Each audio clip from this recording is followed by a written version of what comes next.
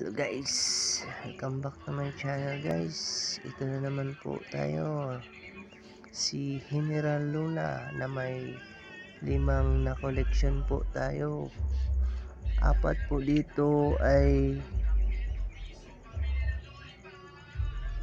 walang, itong isang to ang pinaka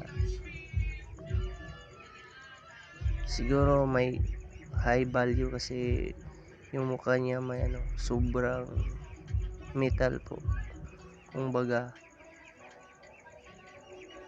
error coins. Yan po, may dumi sa mukha at sa kanyang lalim ng kanyang baba. General Luna guys,